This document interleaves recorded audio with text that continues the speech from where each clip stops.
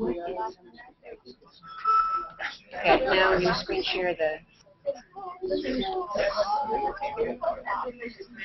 All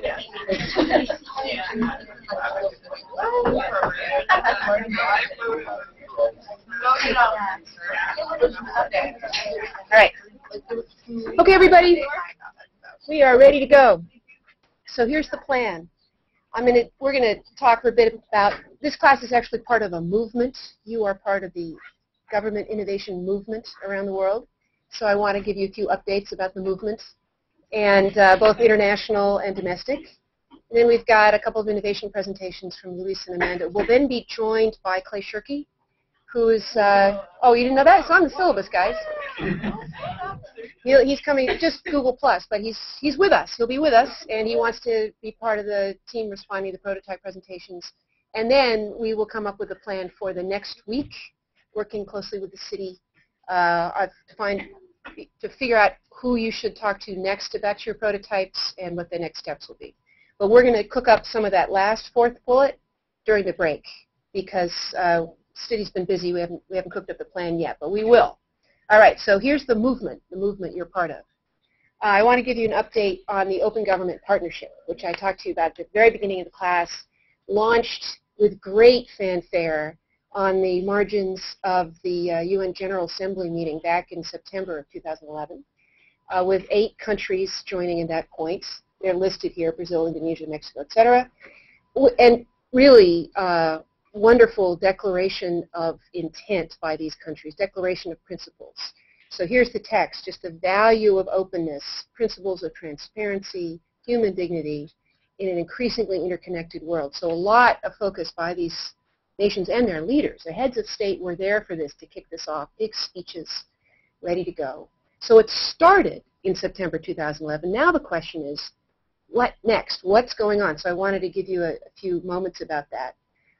These countries that joined the steering committee have already committed to a bunch of very broadly worded commitments. Increase information about governmental activities in machine-readable formats. That's how I would read, in formats that the public can easily locate. Translation PDFs, probably not the best way to present government information, although better than nothing, but not the best way because they're hard to then scan by another machine. Support civic participation. All of this is on the OpenGov Partnership website, opengovpartnership.org. So try to make policymaking more transparent, soliciting public feedback, monitoring, evaluating government activities, more commitments. Ethics, a huge concern for these countries, saying, well, we need to make sure that we're aware of where people are getting money from, who have elected public office or senior government officials. And finally, increasing access to new technologies for openness and accountability. It's a challenge, these countries recognize, but we want to see increased online and mobile connectivity. Now, the point of the Open Government Partnership was that it wouldn't be based on a single set of like engineering standards that everybody had to meet in order to be a member, but would instead be based on adoption of these broad principles plus public commitments. It's like a sacrament. You make a public commitment to do X or Y. These countries are all making public commitments to stretch themselves in various ways and increase their practices with respect to these principles. So the expectations for new nations are that you're going to endorse this declaration, you'll make some concrete commitments. There's that word stretches again. It's a very American kind of word. You've got to stretch. And develop country action plans. What's that? Through a multi-stakeholder process. This is our favored way of proceeding these days on the international realm, with a multi-stakeholder process where it's not just governments, but it also includes civil society and industry and citizens, with active engagement of citizens. You're supposed to commit to self-assessment, pretty vague what that's going to mean, but there's a commitment there. And here's the really interesting part, commit to advancing open government elsewhere. Like, we're all going to make this better by teaching each other, sharing best practices, being open about our technical assistance and expertise. In order to join the OGP, you've got to rack up a certain number of points based on some objective measures, based on publishing your budget documents in a timely way, making sure that you've got access to information laws, disclosing income and assets. That's that ethics point again. And being open to citizen participation. Not a mandate here, but you've got to be open to it and have basic protections for civil liberties kind of undefined there. But there's an objective standard in a NGO report that the nations are trying to sum up to. So governance, for those of you who care about institutional governance, this is fascinating. There's a multi-stakeholder steering group made up of representatives of governments plus civil society members, leading civil society representatives from around the world. And U.S. and Brazil co-chaired this group in 2011. Tim Kelsey is going to be the chair on behalf of the U.K. He came to talk to our class about open data stuff. He's the representative from the U.K. who's taking over the U.S. co-chair starting with the next meeting. Now, these country action plans, you're supposed to make concrete commitments and stretch, and you're supposed to carry out broad public consultation to inform these commitments. Countries have been sort of working away on this towards grand challenges. Another favorite phrase of the current administration, we love grand challenges. We're going to stretch towards grand challenges, improve public services, public integrity. In your concrete commitments are supposed to have something to do with these grand challenges. But you see how sort of hortatory this language is, trying to say, let's try, but we're not going to condemn you if you don't meet particular standards. We're just going to try to shame you and encourage you to do X or Y. So there's a meeting coming up very soon in April in Brazil, and 53 countries have now come forward saying, we're going to announce country action plans, and all those plans are due April 9th, and they're all going to be posted on the opengovpartnership.org site. How about this? So I would love to be in Brasilia, but I want to teach this class. So I'm not there, and I'm sure there are other people in the room who would like to be in Brasilia but have to come to class, so they're not going to be there either. And but we're all going to watch as much as we can of this, what's going to be a very interesting meeting. What's going to happen? A lot of what's happening in Brasilia is just kind of a party, like celebration. Ah, we've got 53 countries, isn't that great? Inspirational stories, speeches. But there's definitely going to be controversy. Already from Canada, there are great concerns as to whether there actually was real open consultation before the country action plan was adopted. In the world of infrastructure for communications, people often announce that they're going to do great things that turn out to be their existing plans, just dressed up with different language. We sometimes call this fiber to the press release. Well, instead of fiber to the home or fiber to the node, like fiber to the press release. Well, there's a risk of that in this setting too, that existing programs will be sort of repackaged for this setting. And there's a watchdog group in Canada saying that's exactly what's going on there, that there really hasn't been consultation, just the existing government is trying to present its own plans as a step forward, as a concrete commitment, as a stretch. So we'll see. I mean, there's a group saying that the steering committee should actually reject Canada, our friendly neighbor to the north, reject Canada as a member of the OGP. Is that going to happen? I don't know. Oversight of the implementation of these plans is really pretty unclear, even in the United States. In the U.S., our own National Action Plan says something like the White House will oversee implementation. Well, who's that? You know, what does that mean? Does that mean that there are actually any sanctions if we fail to do it? And is that just political? How does it actually happen? Public consultation may have been weak in some places. And this governance of this, what is that multi-stakeholder steering group? What's it going to do? What authority does it have? It's really interesting. And it's a little petri dish for us of open government, attempt to self-organize and get things done. Certainly, you know, a brave and really interesting movement. But what it all means, you can all write PhD theses about. There are lots of encouraging things here along the edges of the Brazilian meetings. There'll be lots of side meetings with groups sort of getting together, getting to know each other, which we've learned is really important to get anything done, like techies meeting each other, saying, here's what we've done, what have you done, civil society groups having their own organizing meeting. I'm personally enthusiastic about something that's just arisen, the OGP Africa Support Program for South Africa. The African countries that have joined this are now kind of forming a regional league to support themselves and sort of move the movement up and track each other's progress. So let me just show you. Oh, Word isn't open. Sorry, it wasn't my other device. There's actually, they've got a little rating scheme where they'll try to figure out objective metrics and see how management goes against them. I'm just giving an update about international events. So that's the OGP. Just brief comments about that. That's where we are on it. Luis, you wanted to go. I wanted you to go. What are you thinking about the meeting? Or you're still thinking about going? Oh, good. Well, I hope that works. And if you do go, you will report to us. And you'll miss class.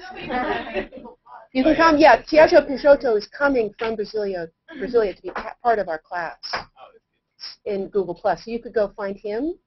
This could be your whole, it's like a scavenger hunt. Find him, find his wired connection, and come visit the class. All right, so that's the international scene. Yeah, Patrick. In the U.S., under what part of the White House did they draft their plan? It was basically done under the National Security Committee, part of the White House, but the State Department has a big leading role in this, because this is part of our foreign diplomacy, in a sense. They've been more operational on it. Samantha Power, our person, that's where she is sitting on the NSC staff, and she's been a big leader in this at the White House. But as you discover, when you go into government, it's very important to institutionalize whatever advances you thought you were making while you were there. And one way of doing that is to form something that has a budget and responsibility to carry out your plans in the future. It's not clear how that works with a unit of the White House working on open government without a particular mandate to do it, but just having done it. Isn't that interesting? I love this stuff. Like, who? And none of the country plans make clear where the oversight's going to come from. According to one civil society actor who's writing about this, she says nobody says who's overseeing it. It's just the government. All right, domestically, a couple more updates about that. I keep talking to you about the Consumer Financial Protection Bureau. I'm very excited about what they're up to. They're adopting tomorrow a policy for only using open source software. What does that mean? Open source software that you let other people modify and adjust. You license it to them, let them modify it. And in turn, when you license out software that you've tweaked or worked on that's open source, you're allowing other people to use it, often under restrictions. But basically, the idea is instead of the counter model is proprietary software where no one ever gets to tinker with it. This is open source. What's good about this for the CFPB is that it'll allow them, when they're creating lots of useful things for consumers and using data, to port all of that stuff over to the future without being tied to any particular proprietary software. So they're enthusiastic about that. They're enthusiastic about not paying license fees and not having to build tools from scratch, because there may be parts of the open source community that have been working on the kinds of problems that the CFPB is working on. So just to get this in your ears, this is interesting. The Department of Justice has also adopted this policy. Other governments around the world are doing it. The notion of letting other people use your software. See a hand? Maria, is that a hand or just a fist? Yeah. What's that? No, I'm just curious. I like this idea of open source software. Yeah. You talk about CFPB and now DOJ. Mm-hmm. I mean, is there any concern about the fact that when you use open source software, I mean, like I agree that open data should be kept open, but what about things like security? Like, are they? Well, what's great, what they would say and have said is that open source software can actually be more secure because more eyes are looking at it. Remember, open source software is not your personal information. It's like the infrastructure, the grating, the trellis on which your data is hung. Right. And so if the trellis can become stronger as a gardening tool because lots of people are looking at it and banging on it, that's actually good. I guess my concern would be like the whole thing with open source software is that everyone gets to like play around with the code and see what kind of innovations come out of that. So what is to stop someone from maliciously playing around with the code? Oh, well, they take in a version that is theirs. So it's not constantly being iterated on once it reaches them, okay. They'll just use it. And there's a very stylized intake process for changes to open source software before it gets there. I'm radically overgeneralizing, but the point is that there's usually a pretty strong leader in a successful open source project that's taking on board the things that make sense. So Linux is a great example of this, with Linus Torvalds saying, I really like that change, I don't like that one. Often that's the way it works. So curated open source. Yeah. Sorry guys, open source, what do you think? I'm a big fan of open source. Okay. In another world, I was an open source developer. I was actually the first at IBM, strangely. But it's a fabulous resource for sort of driving innovation and sort of getting people to look at problems today. So. Right. Yeah. CFPB I'm also enthusiastic about because of this, which I thought you might be interested in seeing. Here is the calendar of the leaders. Look at that. See, they're publishing what everybody does. I'm going to go see, maybe this doesn't look like, here's a meeting with Joe Nocera from the New York Times with one of the leaders. Now that's, maybe you don't think that's a big deal. I'll tell you, for a government official, that's a big deal. Say, I met with the Times reporter on this day. And they publish this automatically a month after all the meetings happen. Here's one that I thought was kind of amusing. I was scrolling down, scrolling down, scrolling down. Look at this. By mistake, I think, somebody put in all the call-in information for the monthly team meeting. So call in. That's the idea. So lots of openness on this. I wanted to show you the slide I tried to show you last week because I was so enthusiastic about it. Here are two potential model settlement disclosures. Here we are. We're testing these integrated disclosures. We need your help. This is this user-centered design thing that the CFPB is actually carrying out in the field. And so, again, you're part of this movement of working with people to direct people. Yes? So you're only part of the movement if you are aware that CFPB exists Right. and that it's doing these things. So what kind of outreach are they doing outside of on their own website, which is because well, they get a lot of attention. They've gotten tens of thousands of comments and really substantive stuff. Like all the people who care about mortgages and are upset that foreclosures have happened because no one could figure out what the documents meant. There's actually quite a big community about that. But are those like people and bankers? But are they people who had their houses foreclosed on, or people like HKS students who are wonks about it? Let's ask them. Let's ask them. I'll ask them. And I'll find out, and I'll report back. Kate, can you remind me? I'll just ask them what kinds of people they talk to. And there's sort of like a grassroots effort. I mean, some of them, we actually met a couple of CFPB people in Austin, and a bunch of Cliff America people were saying these people have been sort of propping up. Small group of people, but I think they are kind of doing a very They're doing the best they can to reach, and they've got these things that happen in different parts of the United States. They go physically as well as doing stuff on the levees, and to continue pushing their representatives to work on the projects they thought would benefit their neighborhoods. Each district had $1 million to play with, or each district that involved itself in this effort allocated $1 million for citizens to vote on what they thought should be done with that money. And some groups said, we're only going to advocate for things for which there is no representative in our group. We want to talk about things that strangers want to have happen in our district. It's all very interesting. So I recommend this article to you, the Park Slope Brooklyn. All right, so those are the updates. Now before Clay signs on, Luis, I wonder if you could come and talk to us about your thing. I'll just put it up here. Clay's on. Oh, Clay's on. Hey, Clay, wait, I get to introduce you. Let me hang on. All right. There you are. Can I see you? I thought you wanted me to wait. No, I'm delighted.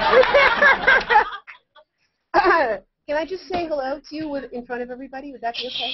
Sure. Sure. Yeah. All right, so we're really privileged to have Clay with us. He's really the leading. Hey, everybody wave. Hi, Delighted Clay. to be here. Hey. And no stranger to the Kennedy School. He was here at the Shorenstein Center 2012 as the Edward R. Morrow visiting lecturer. But he's really the leading thinker and talker about the impact of the Internet on society and journalism and all kinds of other things these days. 2 wonderful books. Here Comes Everyone. I urge you all to read it. Guardian thought it was one of the best nonfiction books ever. And also Cognitive Surplus, more recently. And he has a joint appointment at NYU at both the Interactive Telecommunications Program and the Journalism School, and thinking a lot about the impact of technology on journalism. So, and he just called. Hello. Hello. Hello. So we're now, where we are, Clay, is hearing about one innovation from one of the students, and then we're going to go right into the prototypes for today's class. Great. Okay. All right, Luis, you are up. Let's find you. Missing plugin. You don't have Flash. Maybe not on this version. Wait. Let me go to see if I've got it in Firefox. If you want to do an application, I can come on to your. Oh, you want to do that? hang on, let me just see if we can, I just want to do one of these before we go on. All right, let's do the prototypes. Sorry about that. Luckily, we're very flexible. So I'm going to call on, going down here, the tech audit group. And to do that, I'm going to go over here and find this. What's wrong? You wanted to sit? Yep. Hang on. We're coming. Wi-Fi hotspot. That's you, right? Yeah.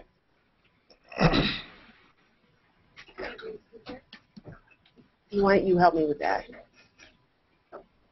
Oh, shoot. Hang on. Okay. So we're just going to screen share for a second. Yep. Yep.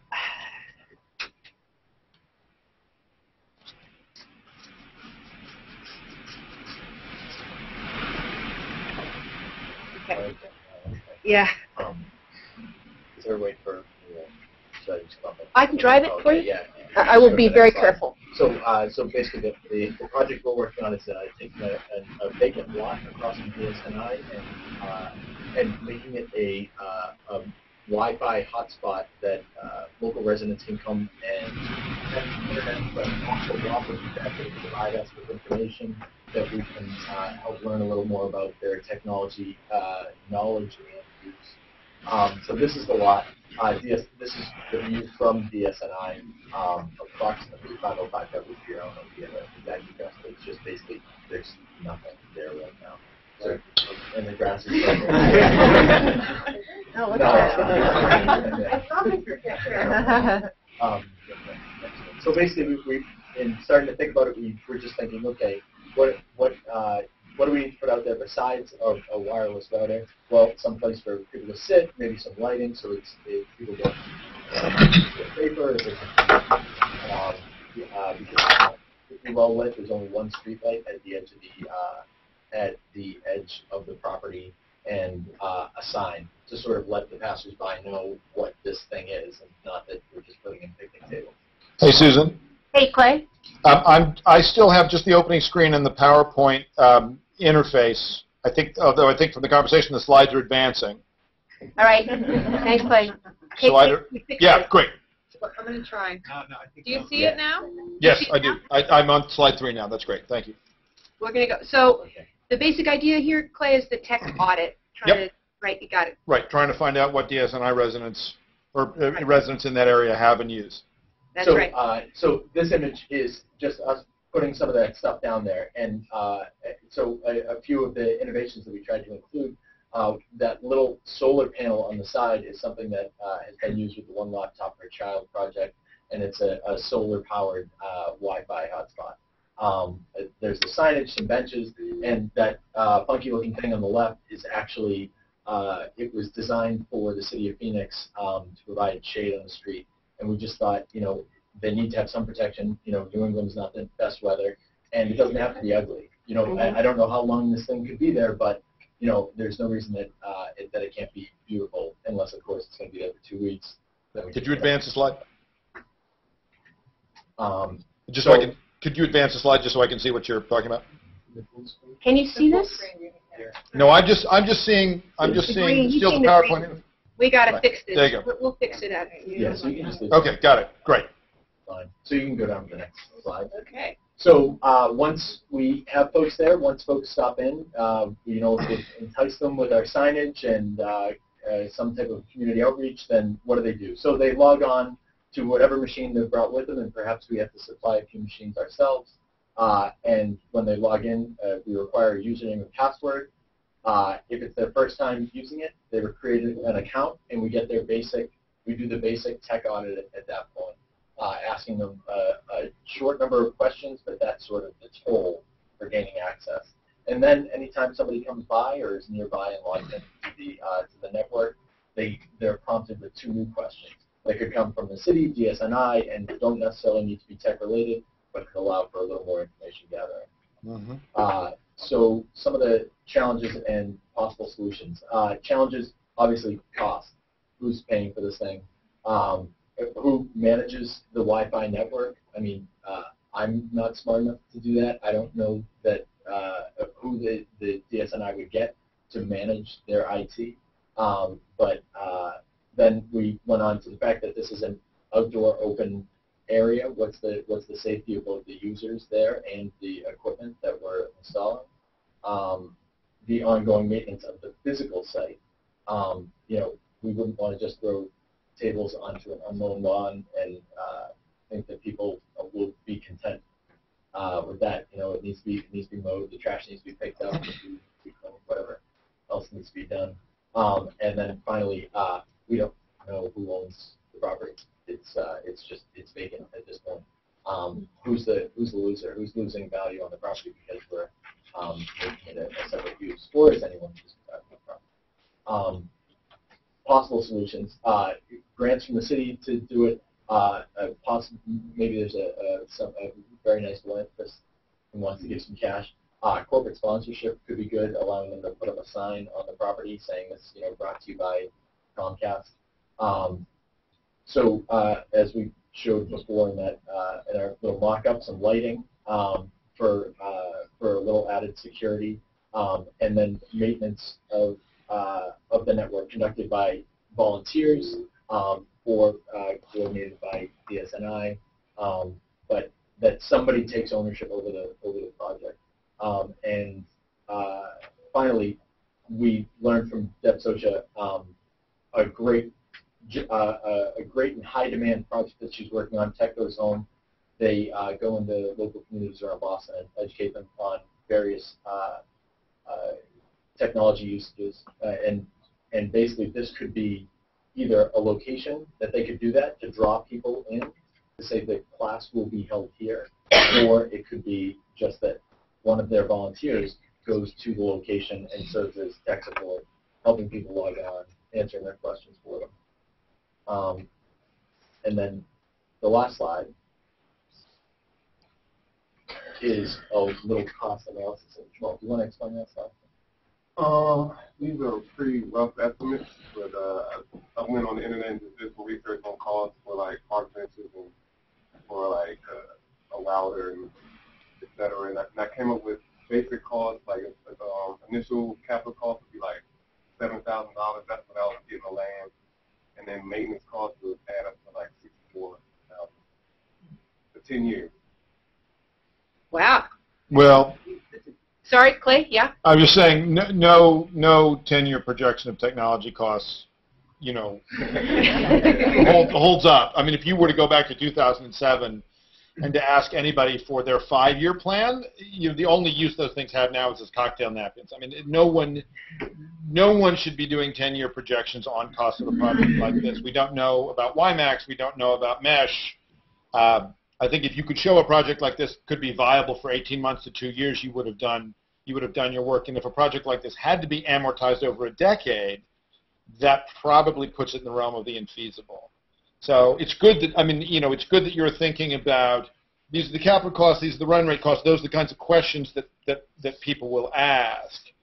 But my sense of hearing about, the land use and who's the loser and so forth, this feels a little bit more like a sort of pop-up store logic, which is to say, for as long as the land is not viable for other kinds of commercial use, this is actually a way to add value for all of the participants, rather than we're planning to take this land out of service for the foreseeable future.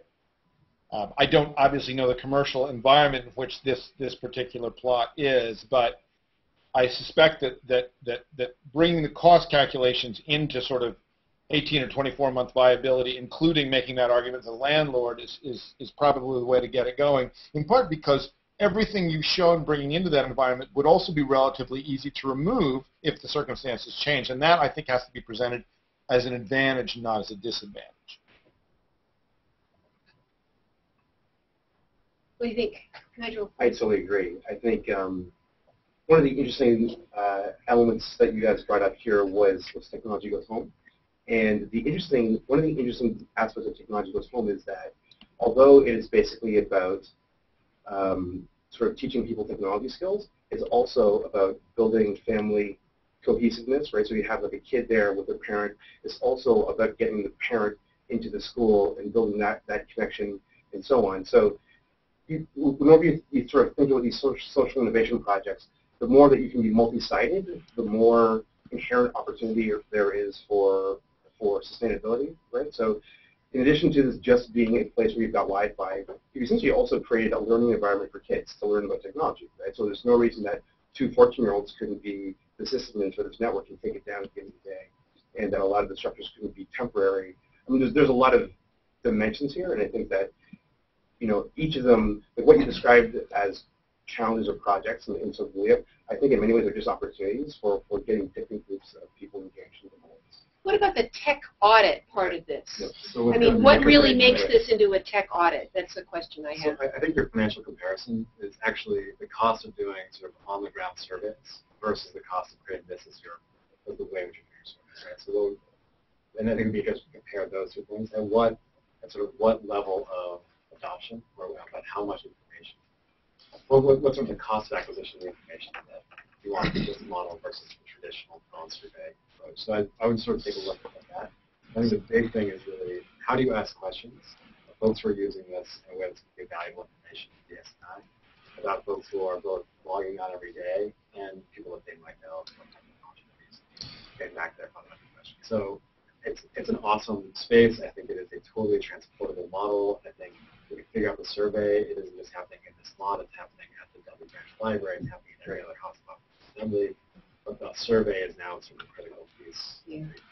And it may not happen once. Yeah, sorry, Clay? Yeah. Oh, I'm sorry, I don't know how to enter and play this. I think you just yell. Okay, great, fine. So I just also wanted to take on the tech audit question at a little bit different level. One of the interesting things about Jane Jacobs' Death and Life of Great American Cities is she makes a very strong case for really sharp distinctions between public and private space so that people know when they're in one or the other. And I was struck by what Nigel was saying about the goal of the goal of things like classes not just being about individual tech transfer, but about, in a way, densifying social capital. So when I look at what you guys have shown there and listen to the things you are talking about in terms of hosting classes there, it reminds me of, you know, so and thinking about this in the Jane Jacobs model of personal use of this open space versus social and civic use of this open space. It reminds me of what Alan Kay said, which is the best way to predict the future is to invent it. I'm skeptical that a tech audit is the best use of the space because in a way what you've done is you've created a really inviting technically open and physically open space where you could actually do tech transfer. So rather than just asking people, what skills do you have, you could find people who want skills and transfer them. Because what you're going to get with a tech audit is the people who already are going to respond to a sign that says free Wi-Fi hotspot are disproportionately going to be the people who are like, I own a laptop, I own a phone, it has Wi-Fi. But if you've got a space that's an inviting civic space where people can come in and sit down and you say, hey, do you want to use the internet in these kinds of circumstances, or are there things you'd like to learn about and know about? You'd actually be able to change and not just measure the technical competence of the people you're trying to reach. And I recognize that the goal of the tech audit in a way is to just set some baseline, but in a way the infrastructure here would be wasted as just a kind of honeypot for a survey. Yeah. Compared to actually hosting classes there and making an environment in which there was a kind of social norm that said if you see someone using a laptop sitting on a park bench in an open space, it would be okay to ask them a question. Or, you know, could you get a neighborhood volunteer to just sit there with a laptop and take any questions from residents who come by? Could you look up X for me? How does that thing work? Yeah. And I just, you know, again, back to the Jane Jacobs thing, the value of public space isn't it's a way to subdivide personal availability, but that it's a way to create civic interactions. And the survey, you know, whatever value you might get out of having someone, you know, on a DNS proxy filling out a survey before they can get to the open internet, seems that value seems dwarfed to me by the actual potential civic value of having a space like this. Authors of the design brief? Can we change the hypothetical? I mean, for us, like, that is a far more compelling thing. I'm mindful of the fact that DS&I struggle with a major federal grant application because they couldn't answer this question, lost out on millions of dollars. So maybe it becomes a more compelling space, and more people are actually using it, the more we layer things like classes. But if we are not collecting that information, then DS&I is still going to be stuck in the same thing.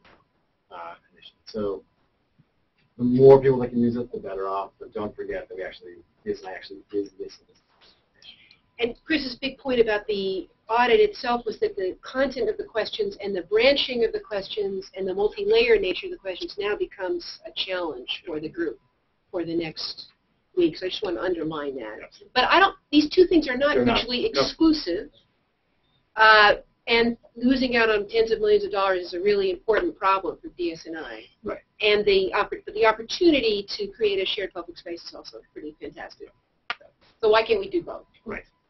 Right. Yeah. I just wanted to add really briefly that having Leora and I went to the space, went to the block just on Sunday, and those stone things there, those are seats. So it's not actually an empty lot. It's like a place that people are, like someone is essentially trying to already create a public space out of that. So it's not like you have to fight too much, I don't think, to make it more of a public space. Yeah, that's a good point. Francisca? Two points I'd like to reinforce. Clay mentioned that by making technology a way to access the tech audit, you're biasing yourself to people who are already teched up in one way or another. So be really mindful of that and try to figure out a way to address that. And then the second part of it, I love the pop-up idea, and there's a lot of examples nowadays of doing this. And one that I think is worth looking at because it actually has instructions on how to do it is something called Parking Day that happens every year. It started in San Francisco, and this group is actually, they basically take over a parking spot and make it a park. And it's open source, so they've actually put some instructions online on how to do your own parking day, and it's spread all over the world. And so that could be, you could use that as a blueprint for how to carry something like this out. And maybe it's not, maybe it doesn't happen every single day. Maybe it actually has a temporal aspect that actually makes it more special, and that can be a focus for activity. That's interesting, which really makes these things not mutually exclusive. So you have special crystalline days when the people are ready to teach you how to add to a wiki, teach you how to send a picture to your grandmother, and then teach you how to teach someone else, which is the ultimate test of teaching. That would be great to facilitate that kind of thing. All right, so I want to give clear direction to Tech Audit Group, but one more comment on this. Leora. I was wondering if some of the places that were Wi-Fi hotspots were places like the library that already had computers. That might be one way where you are expanding the range of people answering the surveys, because it also comes up when you log on to the computer at the library. Those are people who don't necessarily have their own computers. They're coming. Yes. So that would help. Yeah, that would help. Okay. One other thing. Sorry, just on a technical note. The cost of this seems to assume running some kind of fiber or copper into the park and then weatherizing a hotspot. But you may, in fact, depending on the ownership of the surrounding buildings, you may just be able to use a shaped antenna and actually get Wi-Fi into the park at a much lower cost than you've imagined. Okay. All right, I want to move on to the punch card group, which I know we have a lot to say. So, punch cards, you ready to go? Sure. All right. Where are we? Oh, I know, I have to go. Just to clarify, so for next week, we're kind of working on like the actual survey structure, or? Yes. I do think, keep in mind, how would you actually program this space for highest use, particularly maybe attracting folks there to Clay's point, just talk about how to actually get people who might look down there and aren't going to look at that. But I do think that on the initial, there is a little bit. Yeah. Is that enough direction? Come back to us if you need more direction. Email's easy to reach. Okay, cultural punch card. Go. Who's talking? I'll talk. Hi. So just for some background, our challenge has been to create a cultural punch card for parents of children ages 0 to 5 in the Dudley Street community that links them in an innovative and exciting, kind of fun way to some of the larger cultural institutions outside of Dudley that are available in the Boston area. And so I think what we shared last time, this is essentially a mock-up of what we shared last time with the group, which is a tricked-out bus stop. Are there slides? Sorry. Yeah, we're getting there. We're sorry. Okay. Thank you. Oh, poor. There you go. That's it. So the slides you'll see are just different shots of this kind of tricked-out bus stop that we've created. So essentially, in Dudley Street, there is a particular bus stop location that is close to a school that has access to the major transportation lines headed towards most of the large cultural institutions in the Boston area. So we picked that site for that reason, and also because the bus stop is already there, and it's also next to a lot which is not pictured in this particular shot, given some of our Photoshop constraints. This is just a random block somewhere else. Right. Looks like maybe New York or LA or something. But the idea is that one side of this bus stop will have an interactive kiosk that you can enter a Charlie card into, or some card, some version of a Charlie card that's just for Dudley Street participants that will show you all the different potential sites that you could go to, which ones you visited, which lines you can take to get to that site, and we'll check off when you've actually visited each. When you get to each site, you actually bring your Charlie card to the front desk or whatever when you go in to get your ticket, and your bus pass, your card is reimbursed for the trip, and that's where it marks that you've actually been there. Along the bottom are faces. So there's also a camera in this kiosk that can take a picture of you if you'd like, saying, hey, I'm participating in this, because we think it's important not only for individuals to have an experience with their kids and get them into the habit of going to these different cultural institutions, but also to share as a community and who's participating in this kind of thing and build like an excitement or a network around that. And so you'll see the faces of people who participated in this running along the bottom of this kiosk. Okay, you can go to the next one. And yes, I can. Okay. My sense is those faces are more racially diverse than the actual population of Dudley, or do I have that wrong? No, it's a very diverse place, actually. It is? Okay. Yeah. I thought, okay. Dudley is a really diverse place. All right. So part of that is about celebrating our own culture, too, as a community by showing the faces and who we are. Sure, this is representing Oh, that's just a close-up of the kiosk. Okay, next slide is fine. Okay, on the other side of the this bus stop, there will be a map that. Sorry. This is Dudley. Yeah, this one is actually in Dudley, so you can start to see that there's sort of a phone booth to the right, and a kind of grassy. That's the playground across, or excuse me, the school across the street, and that lot there is an empty lot, but it has a beautiful mural along one side of the supermarket. Well, it's not really a supermarket, it's like a bodega right next to the bus stop, and then like another wall that, I don't know what that building is like there. I think maybe that's more of the supermarket. But anyway, beautiful mural. So it's also kind of more of the supermarket or bodega. So it's also like got this cultural feeling because it's like a local. I think the title of the mural is like all the beautiful, like different faces of the community or something like that. So it seems sort of like an appropriate reason to have the bus out there as well. That is a picture of what will be all the different bus routes that can take you to those different cultural locations, and they will light up on the days that those locations are free. Because our suspicion, although we don't quite understand now, our suspicion is that people don't attend some of these cultural places, not just because they're ignorant that they exist, or because they don't know how to get there, but because they're expensive. And so hopefully that will point and say, hey, here's the time when you can go and take your kids. That's a picture of the lot. There you go. Looks like people use it as a parking lot. But anyway, this is trying to depict making use of that light lamp post on the corner there and having having a projector that projects images that are also related to these cultural events to try and grab attention and get people thinking about, you know, where can I go and make it exciting for the kids, right? Because it's 0 to 5-year-olds, so you want a lot of visuals. And I'm trying to remember any of the other elements. Also, we thought the buses should have advertisements, but truthfully, a couple buses came by and they did have advertisements, and so it's starting to dawn on us that it's not just about, like, no places exist. There's something else going on that's preventing people from going, and it would be interesting to actually talk to some people at some point to try and hone in on that, because that would inform our strategy going forward.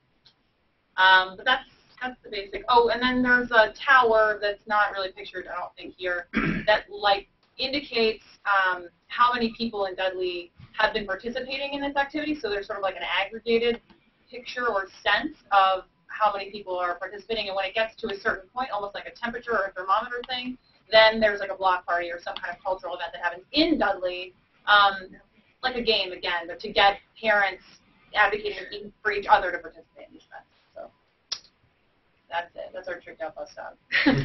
Clay. Yeah. So I think the sense that a bus goes by with an ad, and that invitation hasn't worked, says something about what the barriers are, and there are, I think some kind of conversation with the locals, particularly obviously people with children 0 to 5, is going to be essential to zeroing in on what that is. It's plainly not a generic invitation. Right. My sense, seeing that opening slide, is that culture is what white people do, and that there may be some way in which the message is simply framed in a way that says to people of other races and ethnicities, this isn't really for you.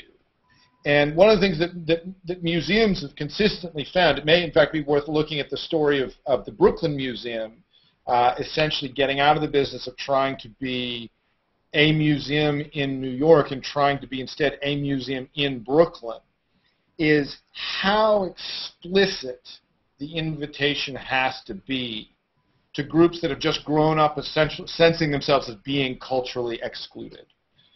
So that is one hypothesis I think you should check. The other is, it strikes me, looking at the lamppost and thinking about this sort of the projection of images and so forth, that the people making decisions, as exciting as it would be for children, 2 to 5 or what have you, to see images projected on the ground and have some place to play in that, that the people making the decision about children 0 to 5 are grown-ups, 18 to 25 or 18 to 30. And that in some ways the message, I think, has to be, free daycare, something to distract your child, something to do in the afternoon. That the seekers and deciders of these kinds of opportunities are not the children, they're the parents. And that however much the message of cultural enrichment and what have you is part of it. I will tell you, as a parent of young children, not now, but recently, a museum which is open, we famously called the Natural History Museum the Museum of Ramps and Stairs, right? It's just some place to go with your children, particularly if it's cold or raining outside. And finding some way to say to the grown-ups, who are, plainly the decision makers, they're the people who are going to get on the team or not. This is for you. You and your children are welcome here. Is a different kind of message than your children would enjoy this.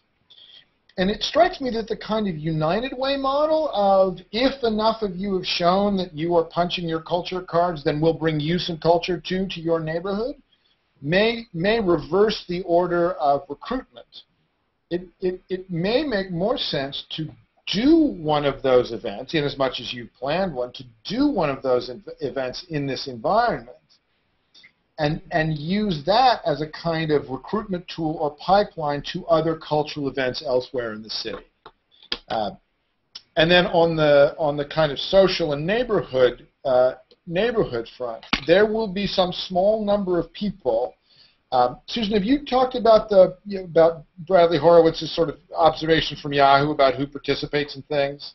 No. Okay, it's a quick idea. You can find it by Googling Horowitz Triangle. But Bradley Horowitz, who worked for years at Yahoo on social media and now works at Google on SAME, in fact did Google Plus, which we're using right now, observed that when you open up a participatory offering, one person in 100 will dive in and be as kind of creative and engaged as it's possible to be with that tool. About 10 people in 100 will play along. They'll see that this looks like fun. They'll jump in. They'll comment or, alter, remix, share. They won't be the instigators, but they will be the participants. And then the rest of the group will be kind of net consumers of this material. So there will be some small number of people in this neighborhood, because in any neighborhood, who are the most actively attuned to this kind of cultural observation, this kind of cultural participation. And if you could identify those people and essentially recruit them as bridge figures, because if people who live in a neighborhood see a bunch of eager young people show up who've never been in that neighborhood before, who say, we're here to bring you this opportunity, however genuine that might be, it can feel transient. But if there's someone locally who says, oh yeah, I've started to go over the ICA, I've started to go over the aquarium, I've started to go to the Museum of Science, whatever that is, that demystifies it far more than a particularly elegant bus wrapper and strapping a projector to the side of a lamppost. All of those things are tools, but they're tools that will work better if you can identify the kind of cultural core of the neighborhood and say, if we could shift 5 people's opinion on this idea of the cultural punch card, of the idea of, you're really a short transit trip away from a bunch of really interesting stuff that will make you happy you went, situating that in the kind of sense memory of the neighborhood residents themselves is probably going to be a pretty effective piece of leverage. Okay, so parents as the nodes, bridging parents as the nodes that really cause change, focusing on them as the audience. Right. Maybe it's not technology in the core, it's a social issue. Right. How do we use technology as a tool to assist all of this? Now, and sorry, Susan, you said this neighborhood is very ethnically diverse. What are the rough percentage? I thought it was I'm sorry, my mistake. I thought it was like 25 to 30% Creole, right, guys? Yep. And about 30% African American, 25 to 30% African American, bunch of Hispanic people, some white people. Because then the other big question is how separate. Cape Verdean. How separate are those networks? They're separate enough that the governance of DSNI is made up of stakeholder groups who identify with those particular groups. Right. So then you may need, one question to ask, every neighborhood like that will have local daycare. And it may be divided along ethnic lines. And if you go to the people who run the local daycare, you may be very quickly able to say who are the most active parents, or who are the people who essentially kind of act as stakeholders, key sources of social capital, whatever language you want to use. And there may be some, where there are a couple thousand. How big is the neighborhood? It's about 28,000 people. Yeah. Okay. So that would. Big. Right. Yeah, big. So thousands of families. Yeah. So then you may find that there is no such place as the Dudley Street neighborhood for the purposes of this project. But in fact, there is sort of network by network. You have to find sources of density across either ethnic groups or geographic clusters, and do this in more than one place. All right, so I want to start with Chris and Nigel and then get the students. What do you think? And Dana? Right. So a couple things. I think the idea of talking to sort of specific daycare providers is a good idea to make those connections. There's a group called the Family Independence Initiative, which is very much using this model of sort of bridgers. There's this guy named we can create that introduction. This is exactly his model of finding those 5 people to sort of blaze that trail. We have some definite material that Dana has on sort of messaging, on what to write, on how to actually create context-appropriate kind of messaging in a variety of different ways. And I think one of the things that Jason raised about this that is really important is what does that feedback actually look like? How do we make it obvious that people have gone? What does the reporting piece go? Jesus has a very specific approach to that, but there might be some other things that you guys might want to tap into. But it is, I think, a terrific direction. I think that I'm excited to show this to the team that they're taking up what we can do with the bus shelter. I think definitely meets the spirit of getting folks in the standard to take advantage of some of the rich opportunities around the city. Do you think they would be willing to put a new bus stop in front of the daycare center? Because the daycare center is an alternative site that's next to churches.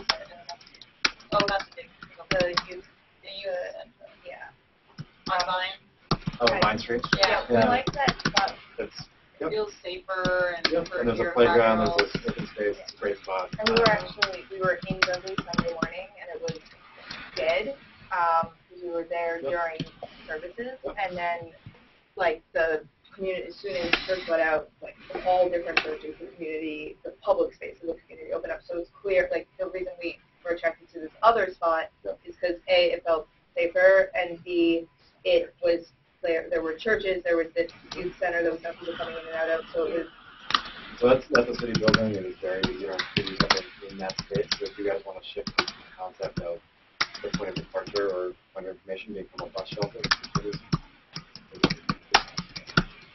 Well, that's interesting. yes, I think that. I don't know if we'll be able to tell the team to stop there. I would love that. It's like half a block of one stop, Right. and then a shelter. Right, like the Freedom Trail concept. You can certainly play with that idea. But if you guys want to change the Vine Street building, that is actually easier for us. That is. Ooh, okay, so change the building and meet the nodes, the bridging nodes in the network. Those are two directions, but continue with the tech, sort of the mapping and the enhancements, things that we've already started talking about. That everything you've done so far is on the right path. It's just augmenting and adding the social element in.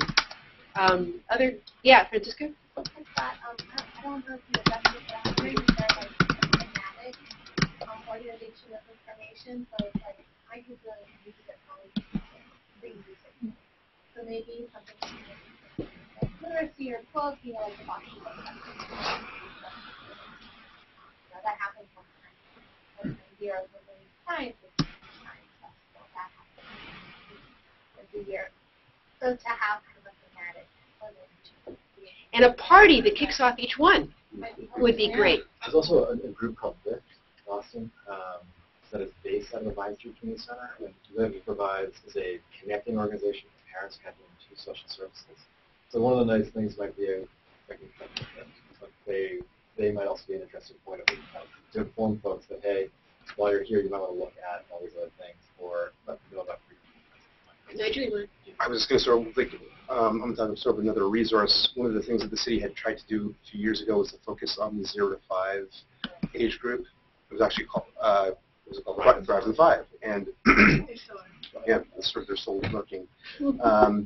But a lot of what they tried to do was this concept of neighborhood circuit mapping, community wiring, right? And it was they used daycare, but they also used hair salons, bodegas, and there was another. But I think that they found that the hair salons were actually some of the densest sources of information. So in terms of like enriching the networks. One more from yeah. I just had a tip of mine. My mother's actually a daycare provider in Roxbury, and Who knew? Just give me your mom. Yeah, definitely. But next door to DSNI, I think, is literally next door when you went to the open house is Roxbury Children's Services. Yeah. So it might be a good resource to see what kind of alliance they have or don't have with DSNI. And I know the state in the last 2 years has rolled out an annual, they call it the QRIS, Quality Improvement Grants for daycare providers. And as part of required trainings to be eligible to apply for that state grant, you have to go to a training that explains what the QRIS is. And so maybe when you decide how to roll this out, that's one way in which all daycare providers across all programs have to go to a required training to let them know what these opportunities are. Fantastic. Okay, charter school. charter school, which is actually in my slides, the existing ones. Yeah, it's that one. Yeah, next slide, charter school there. Okay. Who's talking? I'm talking. Okay, so basically our idea is to have kind of this interactive base that we can put, all right, we have some ideas for where exactly it might be located over there. But basically in public places that would also be available, let's say, as an app and as a computer game. So we wanted to make it as kind of attractive as possible, so we decided to turn it into a game. And so, we're going to call it Pop Quiz, Test Your Wits Against Little Scholars, Dudley Street Neighborhood Elementary School. But through the game, we're also going to kind of interweave this outreach process. We'll show you our ideas of that. So the next screen, we're saying, like, while the game is loading, we'll kind of let it load slowly and little pop-ups, congratulations to Jose for winning the second grade spelling bee. The next one, join us for the Halloween Carnival. These are basically the quick little blurbs that the school can get out, to people in the neighborhood as they're playing this game they know is connected to the school. So then, obviously you start in kindergarten. It's let's say the kindergartner's teacher's name at the school is Miss Lawrence, which is my kindergartner teacher's name.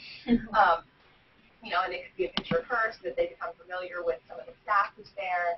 Obviously you'll progress from kindergarten to first to second, and all the way through elementary school if you're good at the game. And then you can get to meet kind of the staff at school. So obviously there'll be questions. Next slide. So this is an idea for a kindergarten question. We're not really sure what kindergartners know. We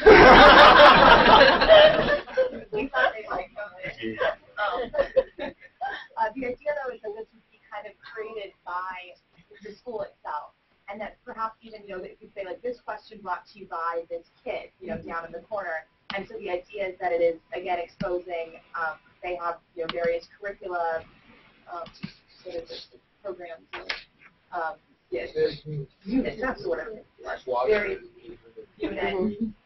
And perhaps we could interweave those units with these questions. So when we're playing the game, we'll know kind of what the kindergartners at Dudley Street Neighborhood Elementary School are doing, depending on first grade, second grade, as the school grows and the game grows. So in the next screen, that's right, we read the subtitle. But it was, more or less just a response to the game that you see the next one. Idea is, when you're playing a game, oftentimes on an iPhone or any sort of public space, every couple of questions you'll get that kind of like an ad. We want the ads to be, instead of ads, outreach. So this says, the little girl maybe from the school, did you know Dudley Street Neighborhood School is building a new playground? Help us raise funds by cutting this car wash. And you can interactive, buy your ticket, or just continue to game. And so that way, again, it's maybe that would happen, every couple of questions, so it's getting that information out there at the same time you engage with the game. And then our last screen is just the idea, let's say you finish kindergarten, he says, congratulations, you're doing me in first grade, if you go on to the next level. So we were just thinking keeping it at the really interactive level is the way that we're going to engage with the community that isn't necessarily, has, maybe is not a guardian of anyone at that school, doesn't have a personal tie to it, but in the same way we'd be reaching this whole new, potentially, group of people. And then we looked up a couple places and where we might want to put it. Yeah, so just really quickly there are rooms and couches on this spot. There's also Washington Sponson straight off the church area. We found a lot of that. Not really grocery stores, but supermarkets, barbershops. We did not make those here in Washington. And so obviously we want to, visit these areas, see what the, whether or not there are people waiting around, as we suspect there will be, but these appear to be like popular hotspots in the neighborhood that we could potentially place something like this. Right, so the content would change. Right, of course. So it would change, be updated. Basically, like we said, we envision input from students and teachers, and so it's this fun way to kind of keep the school informed about what you're learning, and kind of, but at the same time, interjecting little outreach where, pretty much wherever you can. Perhaps there are other places to build in, those outreach things to be embedded as well. Terrific. So Clay, this is a brand new charter school that's dedicated to teaching teachers.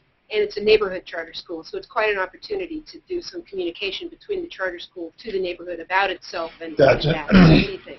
So my first question is, again, as an outsider, how much tension is there between the charter school and the public school? That in New York, that has been a historic source of difficulty in engaging neighborhood residents in charter schools.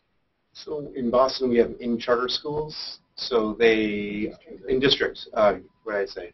In charter. Oh, sorry. In district charter schools. And so they have a certain amount of autonomy, but they still essentially roll up into the school department. They're part of the same team. They're all on the same team. Oh, that's great. Okay. that saves you a lot of trouble.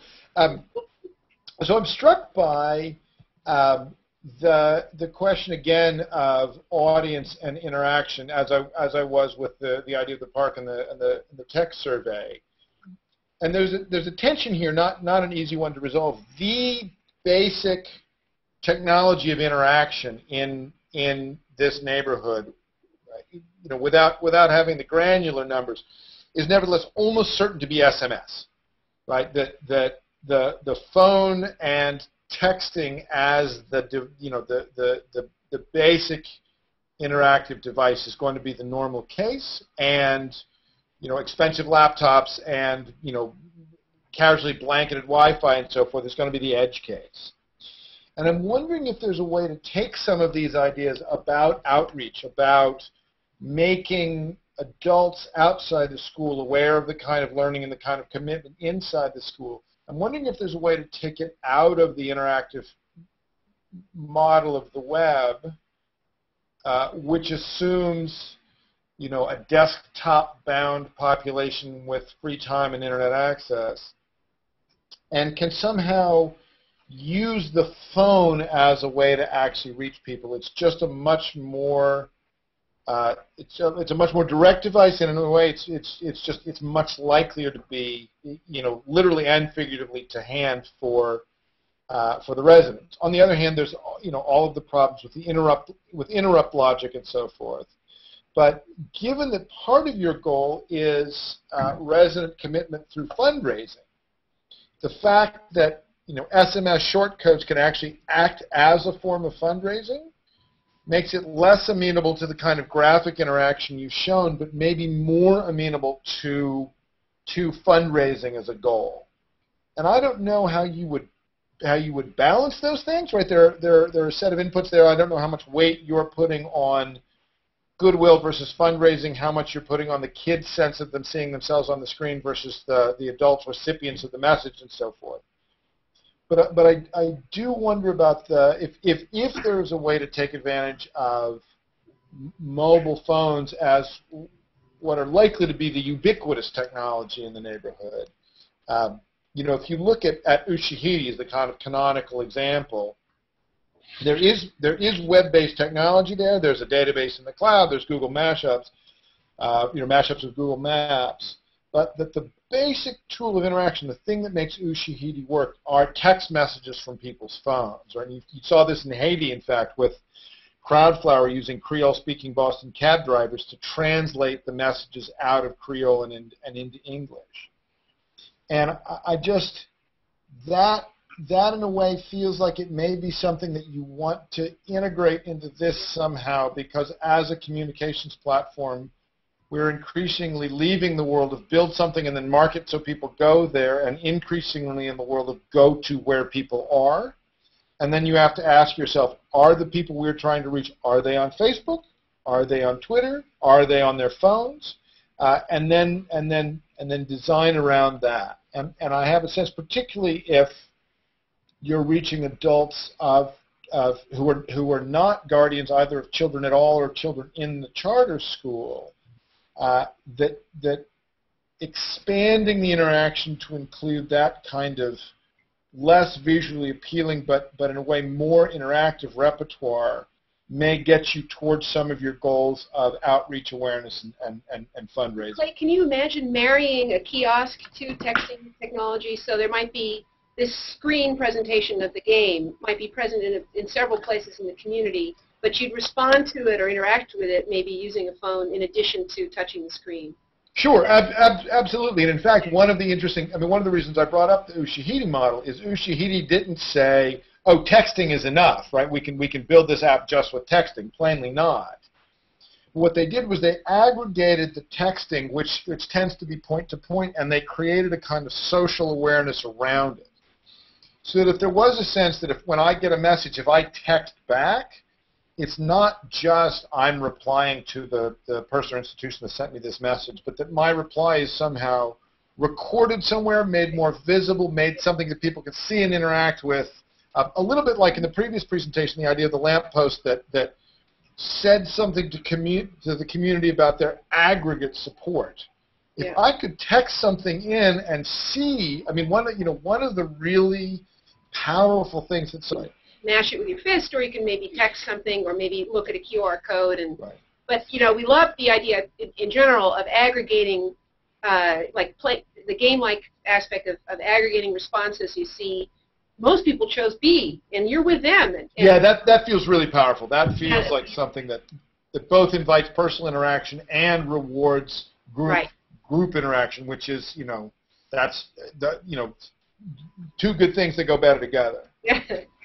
So Nigel, Dana, what do you want to say about this one? So I actually had, because I've kind of been out of the loop the last week, I had forgotten we were talking about kiosks, honestly, when I was listening to it. But I had much the same kind of thought as far as like an SMS-based gaming back and forth. And what first occurred to me was something like, so like this class talk project we developed. There's Remind 101, there's a bunch of different platforms out there like that. But to change the dynamic a little bit, so that so the premise of class talk originally was that you had sort of high schoolers asking each other questions, but it might be interesting. So in sort of stealing from your basic notion is whether you could actually have a guest adult. Again, this would need to be structured the right way and sort of blinded, but enabling people to answer some of those questions. So in this way that you're actually not only are you understanding what's going on in class, but you're also sort of sourcing local knowledge. So if you're doing like a local history lesson, you can actually sort of be reaching out in the context of the game to local people that know something about the local history and the local environment and so on. So there might be a way of sort of making it two-way and not so much one-way. Complicated. Yeah. The guest adult would have to be on duty. I mean, you would have to sort of structure it so that it's as a campaign. Right? Yeah. You would have to sort of do some targeted outreach. But I mean, I think there might be a way of doing it in sort of getting some volunteer networks or something. Yeah. We also talked about briefly. I know Chris mentioned this to me last class about a trailer in advance of movies that would have some of these characteristics. It's another way to present this. Mm-hmm. People watch those things with absorption. Mm-hmm. And during summer movies, those quizzes, you're stuck. You've got nothing else to look at, so you're watching this, and that might be a great opportunity for the charter school too. It's another stream to think about. But Dana, what do you think about this? Well, it's something that is lacking from the last iteration. Was I really liked the idea of the spelling bees or things that then people who hear things in the community could then relate to. So not just like what's happening, but then there's a point of connection. So that you don't just know that they're learning about frogs, but if you see a kid on the street, then you can say, it's talk about frogs. And so I guess I'd like the group to not so one-sided. You'd like to know more about what's going on in the school and what the actors inside the school are doing. Is that what you mean? No, I mean, so like what this is doing is it's making it so that you can learn about what's happening in the school community, but the connection to people who are involved in that community. Oh, the people themselves. Yeah. Oh, there was some of that in there, just to speak in case events. Like, congratulations to Luis, he won the spelling bee. Remember that? I mean, one of the ways that have the topics is linked to whatever students are studying with them, and to maybe have the kids, develop these as well as a way to announce what they've learned, and that way we can make it clear to users that it's actually what kids are doing. It'd be really fun. So you send a little text to the screen, and then the kid's voice speaks back to you, saying, "No, you're wrong." Wouldn't that be great? That would be great. Your idea? Like we just have a screen with a little kid who's like, "Yay, can we be your first grade?" Something like a little kid like, "Hey, like you did well enough to, advance your grade," or like, "Oh, you got a lot of how do you do, like, Right, but only in response to the interaction would you get that. It wouldn't be automatic. and then, I guess, like, our only idea would be kind of closing the loop, but what we were envisioning was the type of thing, like, come join us at the school carnival. Yeah. And Right. so, I think the whole, the game is obviously the draw, but we think the real value, or a lot of the real value is coming through the, whatever screenshots that our folks can get, Right. inform the community of what the school's doing, the schools today, and, movie night this Friday, and after movie night, we can develop those. Okay, Chris, and then we're going to move on. I think on the text side, it takes a while to create an API. The text piece, though, we can really just get going in a matter of like days. So we can actually figure out how to pilot something in the community on the text side. Maybe it's as simple as text A, B, or C, and we give a broad evolution question or right? And have a screen that just sort of scrolls through. Oh, they don't? Okay. And if you guys do storyboard up some sort of a DSA, both DSNI and our tourism special event folks would love to screen. So we can get that going. So can the storyboard draft be done for next week? That would be great. That would be a good and then assignment. we can talk about how you could quickly do something. Right, but for greater clarification, come back to us. Group 4, we understand you don't have slides, so. We made some. Okay. Are you ready to talk? Ready to go? Yeah, we're ready to talk. Okay. How do we? Maybe Sorry, I'm sorry. Are they necessary slides, or can you talk to us? We can talk. Yay! All right, talk to us. Right, so I'll start off with sort of a recap and sort of explain some of the So again, the visioning group, we were working with this idea of using this idea of going up to a lot and how to maybe contribute to a vision of what can go on that block.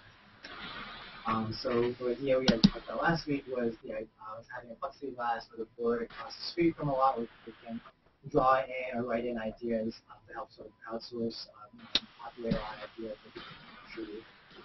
So from there, we were thinking about where are the other locations that this could also take place in terms of generating ideas. So not just across the street from the park, but you could think about storefronts, corner store windows, restaurants, barbershops, outside of the church, even outside of people's homes, the DSNI building, and so on. Part of I think our thinking behind it in terms of the philosophy is that I think a lot of times when you talk to older generations, they'll talk about how in the good old days, like people look out for each other in the neighborhood. A lot of the ways that houses are constructed and buildings were built, people could look across their porch, and so when their neighbor was away, you kind of knew somebody was looking out for them. And so the general idea is, well, you're not thinking about porches here necessarily. For example, from a barbershop window, what would those barbers and those customers want to see in that area? So we are starting, which is thinking concretely, again with the park, but also thinking about the bus shelters that are in the area. And I think the biggest question was deciding between using the plexiglass board versus again, smart board. And that's the biggest consideration with cost effectiveness as well as maintenance. And with the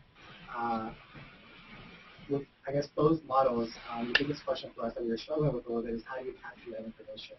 So we quickly decided that text messaging of a picture probably wouldn't work. We just couldn't get the resolution right. And so if we were to use some kind of high-resolution camera, we were thinking, for example, if it was a plexiglass board, having a camera that's built into like a wall or something, and there's a hole in the wall so that the camera can take a picture. So if somebody, say, draws their picture on, there's like a button they can press when the picture is captured and it's uploaded to DSNI, for example. So you don't have to worry about that or something like that. And then aside from collecting the image, the second big question was, like, what do you do with those pictures? And so ultimately, we think a group like DSNI would have to take responsibility for sorting through it. First for like vanity, graffiti, things like that, which is a realistic possibility. We're just kind of wading through the responses. And then we were looking at the talk to the station example that you guys sent us. And we really liked how all those ideas are put out. So talk to the station, for those who haven't seen it, is this project in Detroit with the Michigan Union bus station terminal, where they have a website where people can contribute ideas of like what they want to see in that area, and it's like Facebook in the sense that people can write or vote on ideas that are generated, that are populated. So in the same way, we wanted the idea to be that people contribute to these plexiglass drawings that they want, A, to make sure that people feel like their idea is validated, so all of those ideas being populated onto a website or anything like that, and people can also vote on it. And from there, we sort of had the idea of, other than the website, where can I display this, and that's really where we figured up with the bus shelter. Yeah, so we were thinking about, actually the group before also talked about community centers as being a hub. So wherever, we were thinking about shelter, but wherever people are likely to see this and also be waiting, ideally. So they have time to give feedback and to be a part of this process, even if they're not going to take the time to draw on the plexiglass or they're not near a plexiglass. So we were thinking about a smaller, maybe if we couldn't use some smart boards, huge smart boards to draw on seems really ambitious, but maybe small smart boards in the bus station where you could scroll across what people are drawing. And so, I mean, like have a talk to the station component, but also the other websites like Loveland have a map component, which goes back to actually our several ideas ago of having a map to identify. Loveland is the site that's really great where you can, there are neighborhoods where you can buy literally an inch of a neighborhood and take ownership of it. So I don't think we were thinking of a purchasing mechanism, but we were thinking of being able to look at your community, identify the places that matter to you, you're waiting in the bus station, and then check out the visions that your peers are have contributed or are working on, and we thought that the bus station would be a good place to try and gather that information. But again, I mean, we struggled with how, this seems like it could potentially be a lot of work for DSNI, and how to make this more efficient.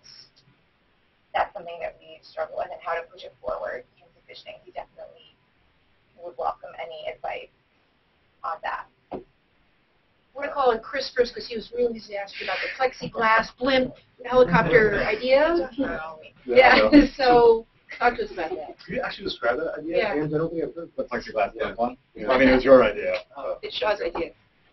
The what part of it? Well, the helicopter.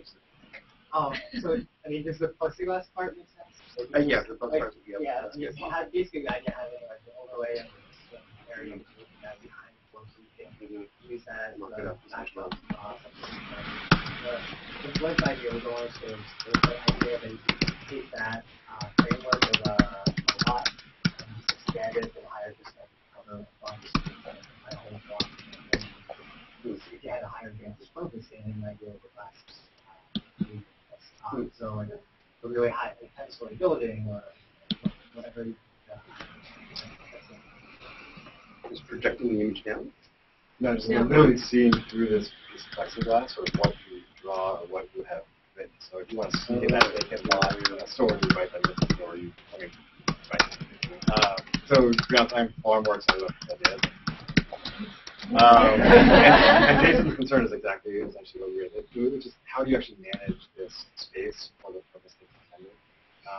And I think sort of the idea that was thrown out originally around sort of the pop-up part, I think this potentially works better as a pop-up installation where it is essentially managed space or event where people can do moment in time to envisioning opportunities that travel throughout the Dudley neighborhood. People get to see this roving plexiglass board or whatever it is, and then get used to the idea of, today I can actually write on my barbershop window about what I'd like to see on the other side, or write on what I'd like to see in this apartment. I think it's worth it to explore that angle, that if we were to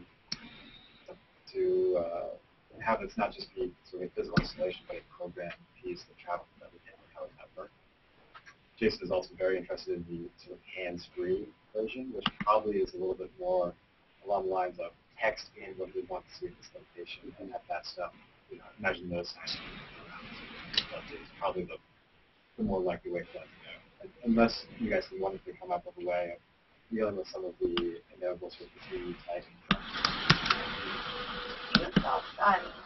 Like when we first came up with this idea, we was thinking of a smart board, and we thought that would be great, but is that plausible? And the reason we thought of the camera idea, which has its own complications, but was to just sort of make it simpler and literally pick up a marker and we sort of old school draw and then click and it spend, but because these aren't maybe in conflict, it's just cost-wise not possible. I mean, we can certainly look into it. Okay.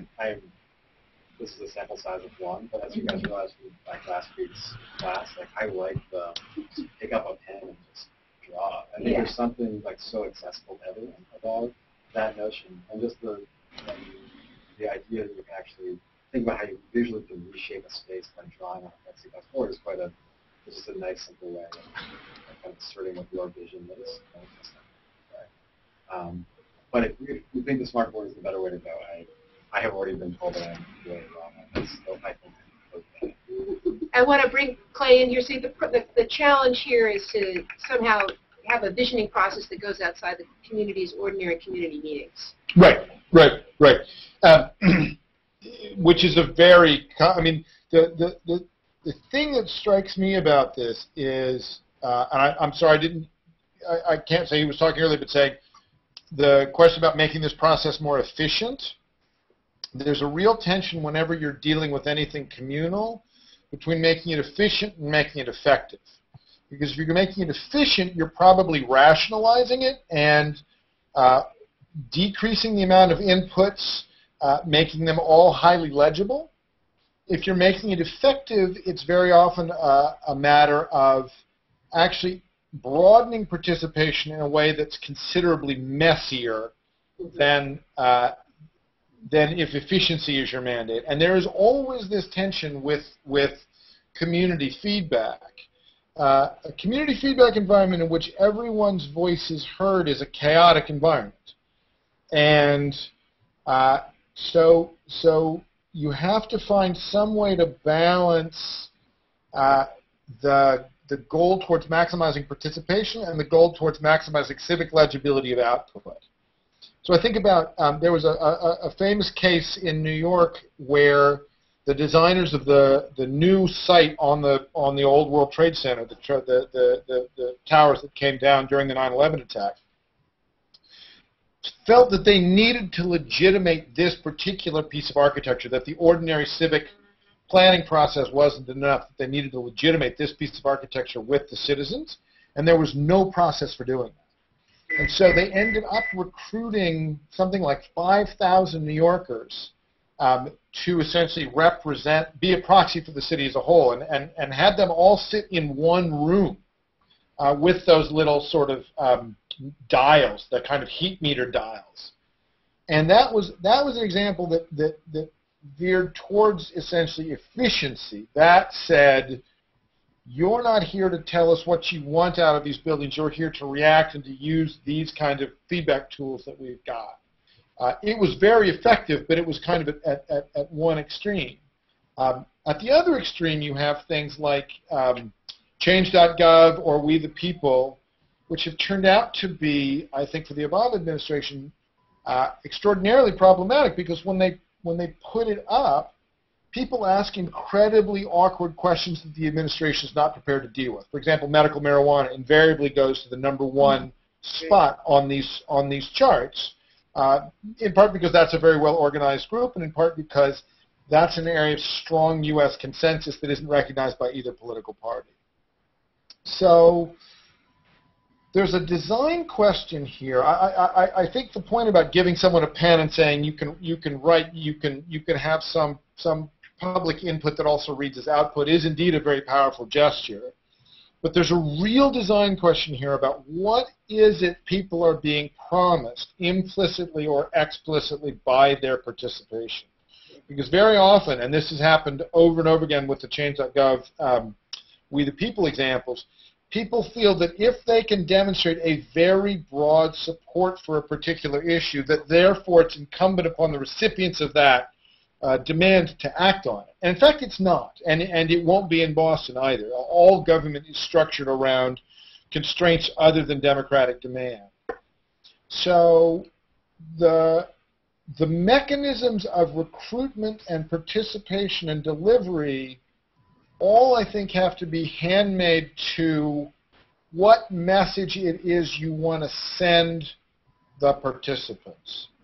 Can I ask, Nigel, did you all do the possum thing? Yep. Awesome, first of all. Thank you for that. have you talked about in this class? I don't. Yeah. Okay, great. So that's an example. I apologize for telling your story and shut me up if I get it wrong, but I'm just going to allude to it because it's I think the canonical example of kind of. You've used it as the canonical example several times. Great. So then the thing we can take from that example is the message there is government is a platform in which both the inputs and the outputs come from civic action. Yeah. And that's a very different message than come petition us to add speed bumps in front of your child's school or change garbage pickups or end the war in Afghanistan or what have you. And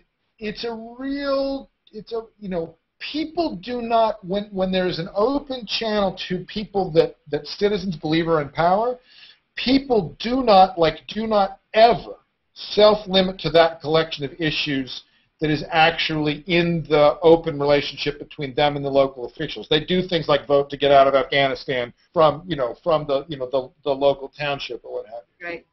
And there's a real design challenge, it's completely separate from modes of input or output, about what civic message is being sent to the participants about this kind of participation.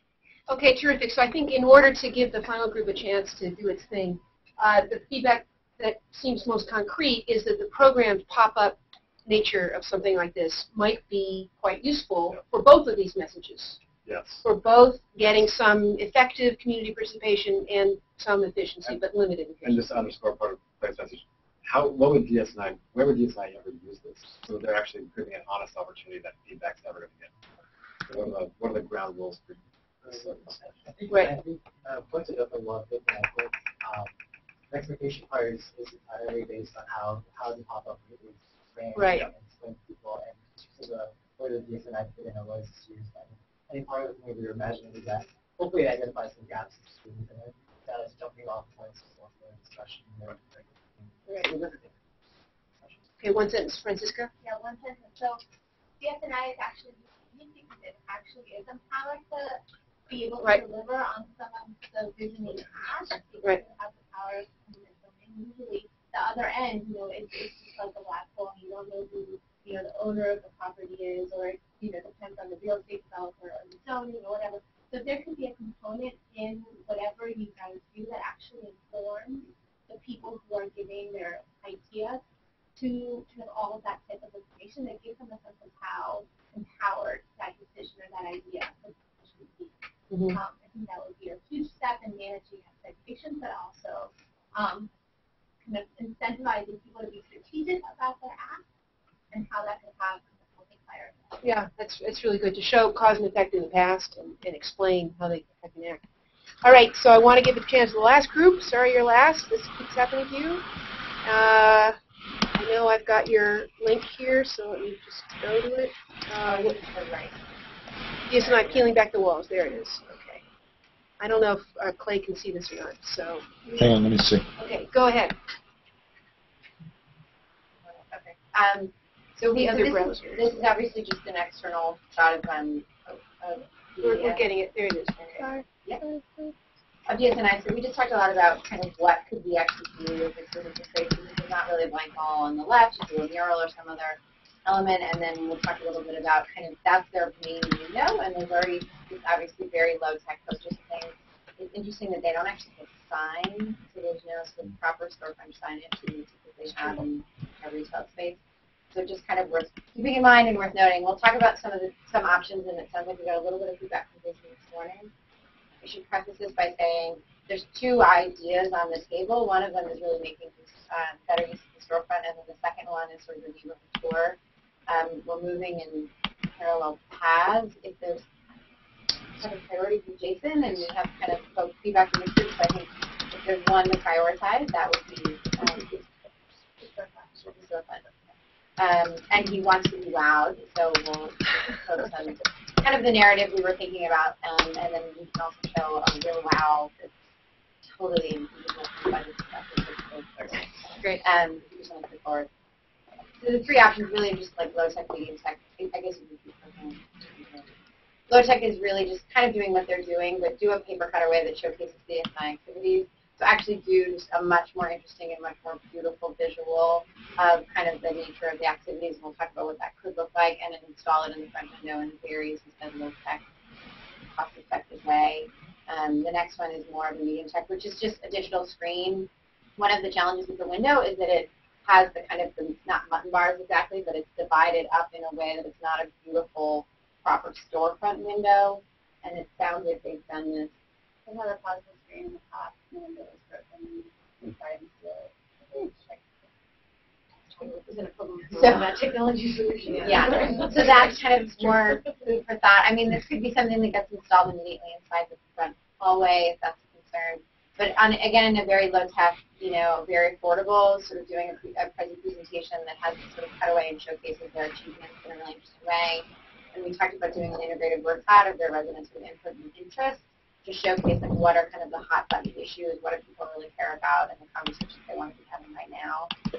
So one concept of this is visual from a content perspective. One concept is actually using their logo as a visual way to tell the story.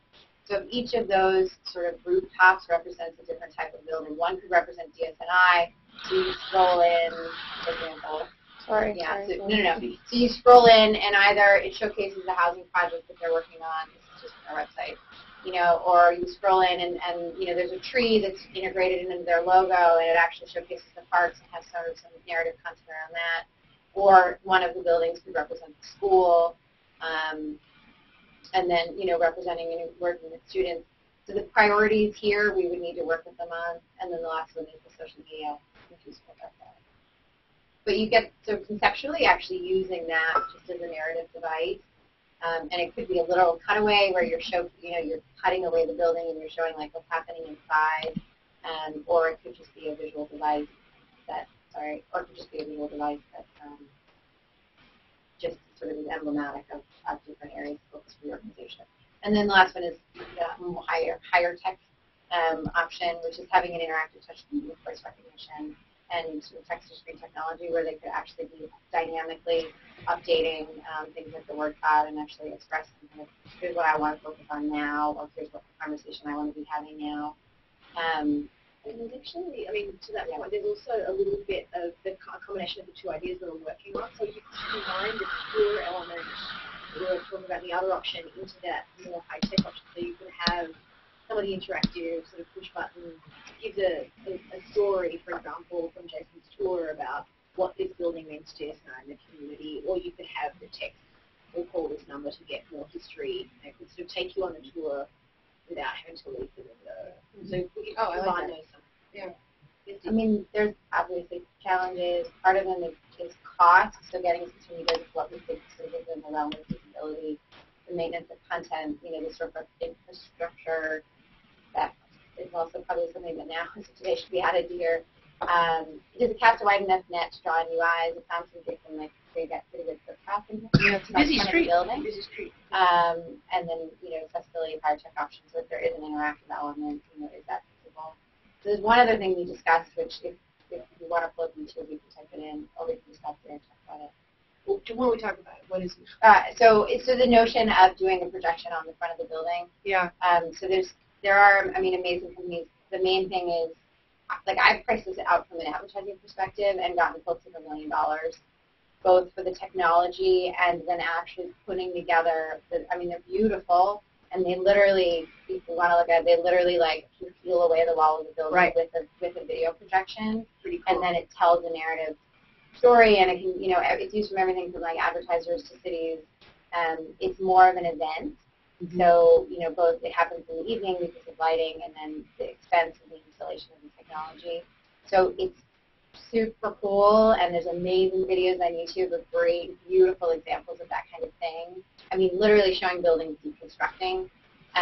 But I know from my experience it's very cost prohibitive, and so we would just want to talk about, is that something MIT Media Lab would be able to help us with, who would be the players that could actually make something like that happen, and is that the right priority given that it's really more of a one-time, one-off attention-getting thing than it is an ongoing interactive thing that tells the story of this stuff.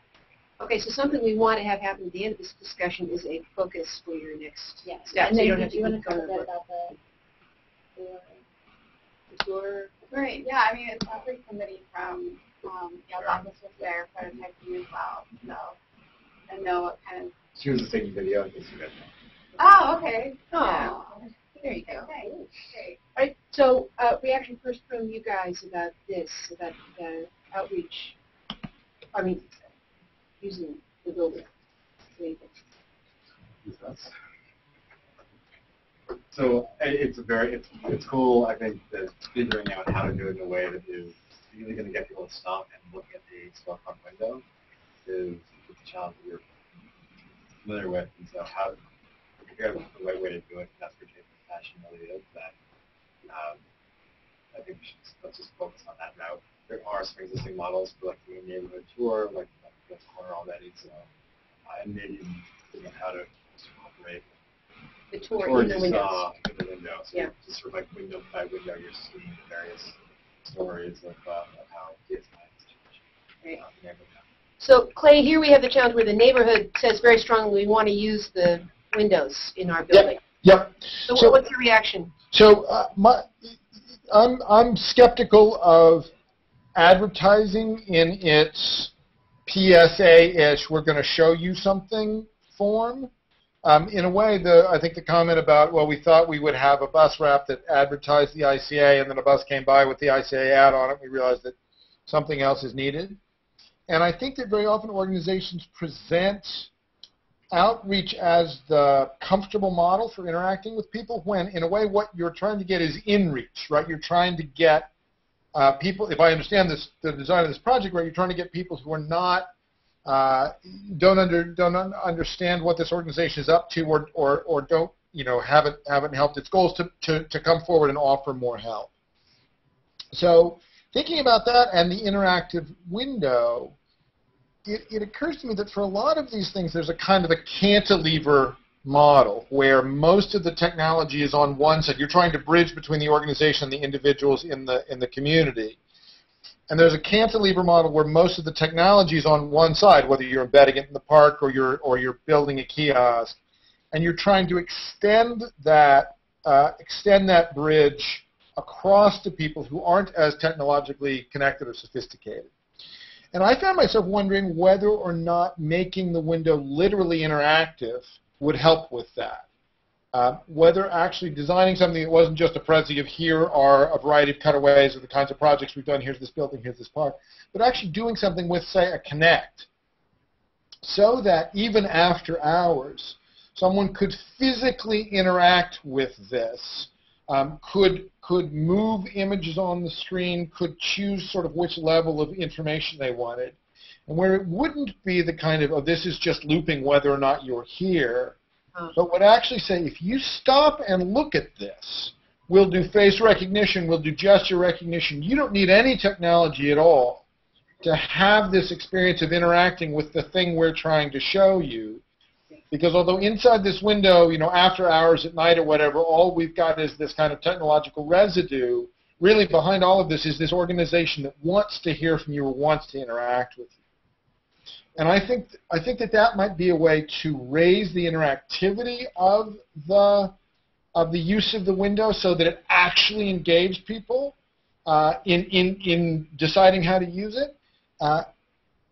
Without significantly raising the cost of the installation. It wouldn't so much be about the expense of the screen or the production as it would be about, we've done something so that this screen now recognizes that you as a person exist.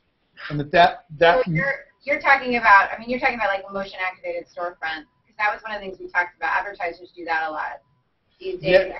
I wonder, I guess, from a cost perspective, I've never priced out something like that, but well, it's richer. Those of you, department stores do. Those of you who went us on the tour at MIT Media Lab, do you remember the cube thingy where you square the cube and it reacts to you? Right. So maybe there's another way to think about a reactive. Yeah. So, but the Media Lab's budget is considerably larger than ours at ITP, so we tend to think in small, cheap multiples. But the Connect has open source drivers, and it only costs a couple $100 and works through glass.